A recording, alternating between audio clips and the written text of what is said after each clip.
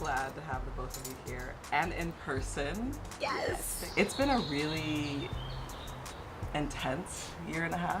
That was a nice way to talk about it. Right. And I look up to the both of you so much. You know, you're big sisters to me, you're movement leaders, you're gangsters. But you're also like folks that I literally call like when I'm having a joyful moment, but also when shit's going down. Mm-hmm. And I just want to ask y'all, like, it's gonna be a year since Freedom Summer, and a lot of shit went down. And how are you doing? Like, how are you feeling? I feel good because I thought it was gonna kill us. What was great about it is we were prepared for it in a way, like as much as you can be, because we've been organizing for 7 years. That's right. And so there was a movement to meet the moment. Yes. And there was, I remember when everything started popping off, and it was just like constant, and I felt overwhelmed, and I talked to you about it. And I also recognized that we have to rest later. Like, we have to move everything. The world cracked wide open. That's right. You know, I got into that Lovecraft Country. You know, that was my thing. I'm obsessed. I know. I'm obsessed. We needed it. We needed that. But remember, like, when Hippolyta was literally holding that the break portal open, the portal open. Like, I feel like that's what was happening. A portal opened, right? And how the whole community had to rush in to save D, right? To save our black future, right? Like, that's what was happening. But it wasn't Hippolyta. It's George Floyd's spirit holding it open, and Breonna Taylor. And so we didn't, you know, you talk about me for this. We didn't have a right to our rest in that moment. Like, it's go through the portal, save the future, put everything you can in, and we can rest later. So I feel really good about not giving ourselves rest, about the amount of energy and love and imagination that we gave, and that, you know, we're transforming budgets and policy and the way that people think about black people. And all of a sudden, you know, we spent 7 years trying to argue with people about why we have to say Black Lives Matter, and now all of a sudden everybody's like, yeah, Black Lives Matter, right?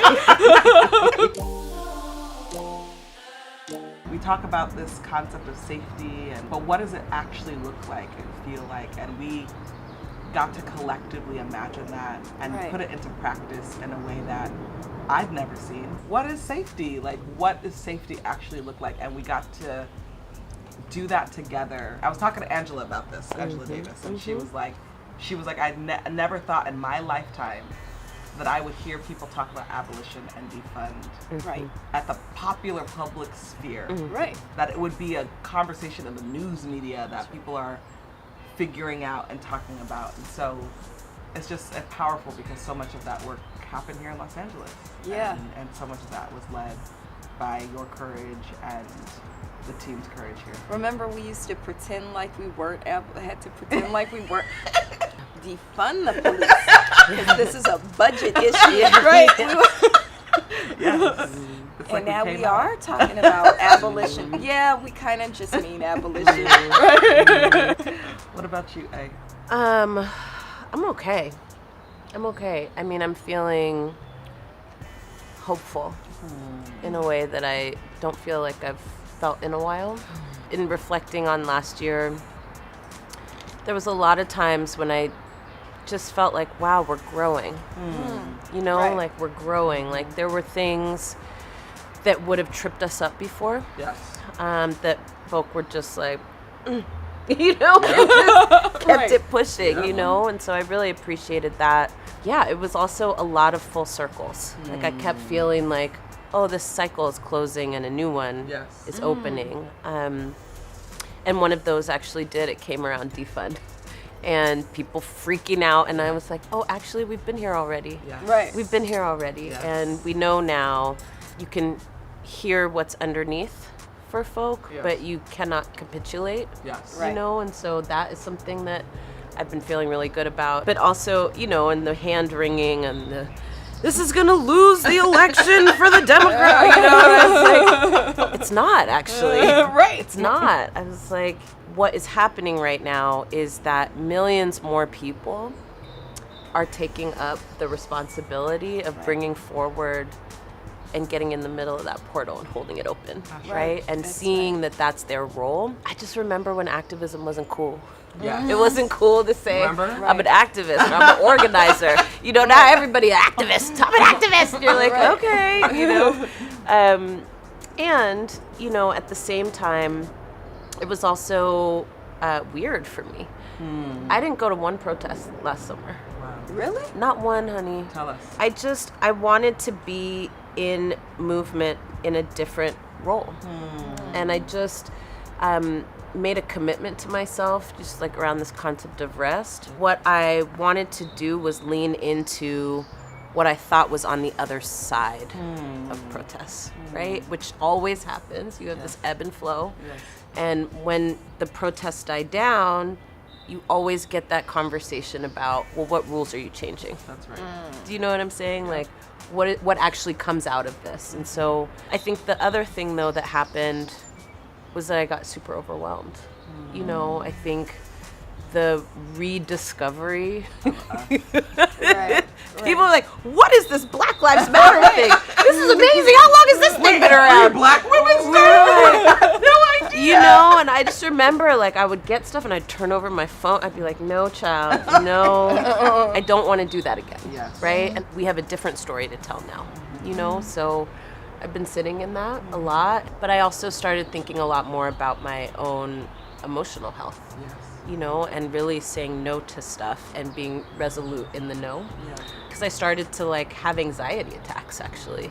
Like, it was so odd because all that attention, again, brings up all this stuff for people, right? And y'all, I don't have to tell y'all, but it brings up a lot of stuff for people and they lay it at your feet and go respond to it. Yeah. I'm like, I'm just minding my own business. That's literally what I'm doing. I'm trying to stay hydrated. I'm trying to stay in my lane, and I'm trying to mind my business. Yeah. Like, why are we prone to this? Yeah. So it just forced me to, like, take it serious. And I'm so glad. You know, I started riding my bike all the time. I love me some Pelly. You know, so I'm feeling good, and I'm feeling like we're winning. Yeah. We're winning. We are winning. How do you know we're winning? You know, girl, we have changed this conversation so many times. Yes.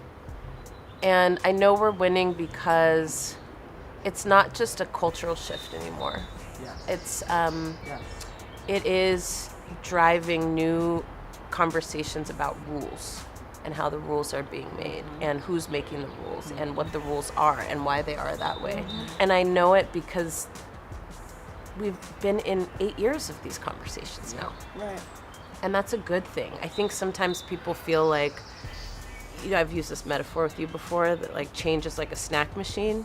So like you put your quarter in and you press like B6 and you get your Snickers bar. Right. It's not like that. Yes. You know, there's lots of, sometimes the thing gets stuck. Sometimes it gives you the wrong thing. Yeah. Sometimes, you know. Sometimes all the shit falls out. And you're like, jackpot! Right? Yeah. It has been, I think, both equally powerful, invigorating, exhilarating, as well as devastating. Yes. Traumatizing. Yes. You know, from Melina being freaking having the cops show up to your home, swatted, and with my kids, with your kids, and getting Tandiwe like calling me over and over again, and I missed the call, and I go on your Instagram, and I'm like getting the chills just thinking about it, to the freaking right attacking you and me, and us having to get the FBI. That was crazy. That was wild. Like, you can't make this shit up. No, you really cannot. And I just think that, you know, in the midst of last year in particular, I did feel that feeling of like, we're here. Right. Like, we're in this moment and we have to stay in it, and we have to press on.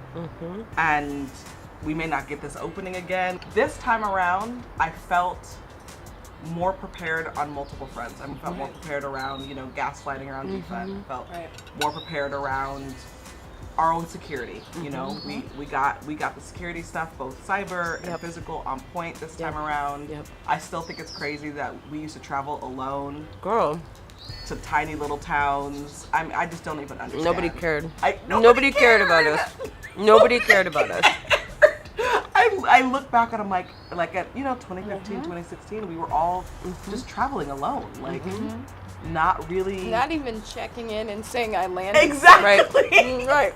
Just being regular, or looking up when you're in the airport line and seeing your face on Fox News, right?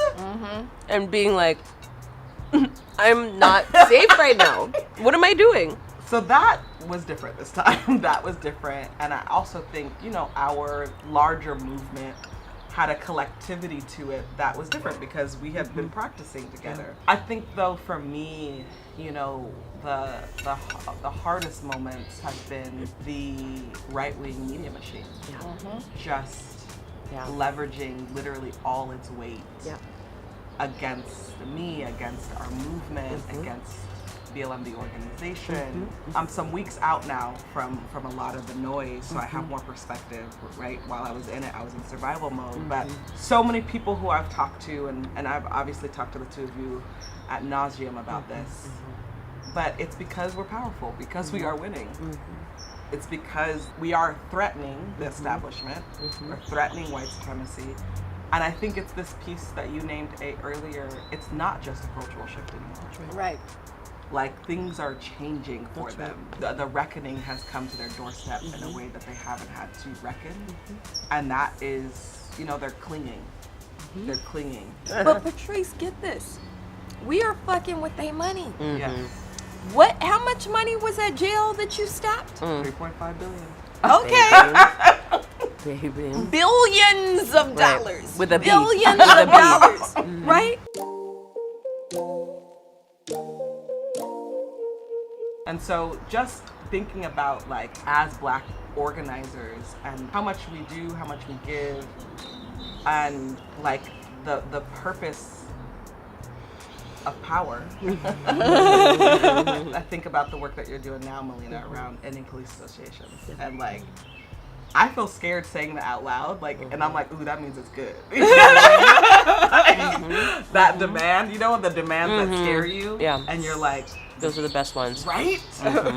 And you've been talking about this demand for years, but now is the political moment for it. And so I just want you to talk about, how did you and the team, where did that come from?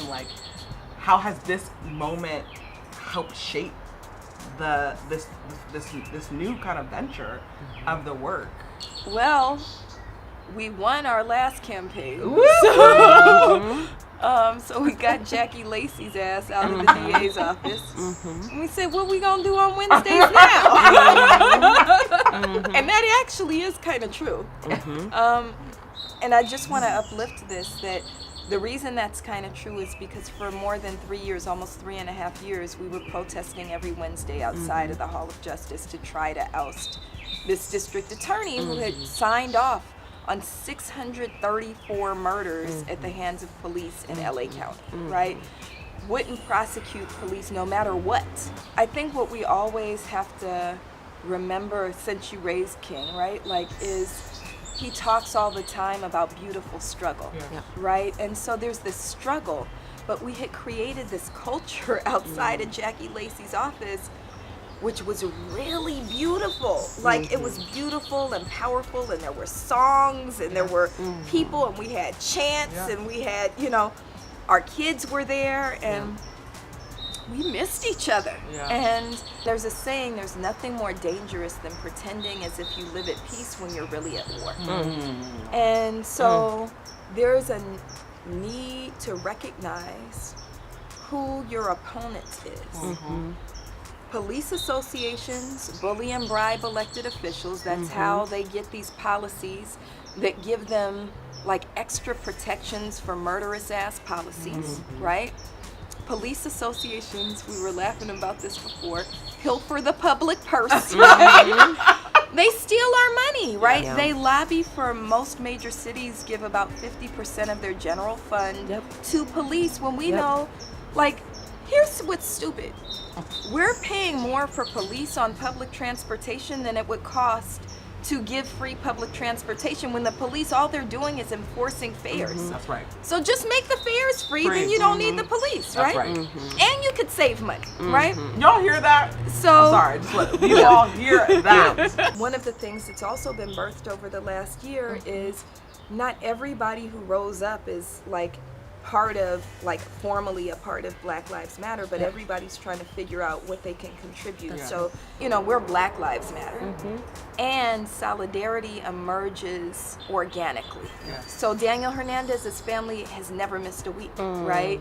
And his mom is monolingual Spanish speaker, and we always close every family who speaks with say their names, right? So she'll go, diga su nombre, and we'll go, Daniel Hernandez. Diga su nombre, Daniel Hernandez.